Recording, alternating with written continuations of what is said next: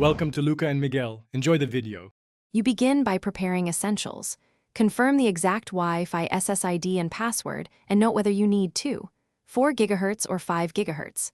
Once done, plug in the Echo and make sure its light ring indicates setup mode. If not, press and hold the action button. Next, open the Alexa app and sign in.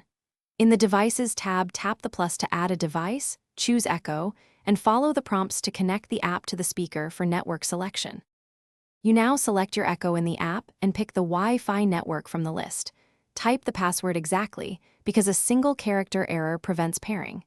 If the app asks you to connect your phone to an Echo AP temporary hotspot, do that.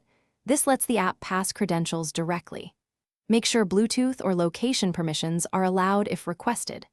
After submitting, listen for the confirmation chime and watch the app for the success message. This indicates the Echo has obtained an IP and is online. You finish by testing with a clear voice command like Alexa, what's the time? And verifying the device status in the app. If Alexa won't connect, power cycle the Echo and the router, wait 30 seconds, then try again. Intermittent DHCP issues often clear with a restart.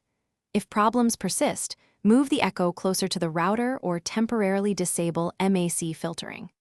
As a final step, reset the Echo by holding the action button for over 25 seconds. Thanks for watching and please subscribe. It's the best investment you'll ever make.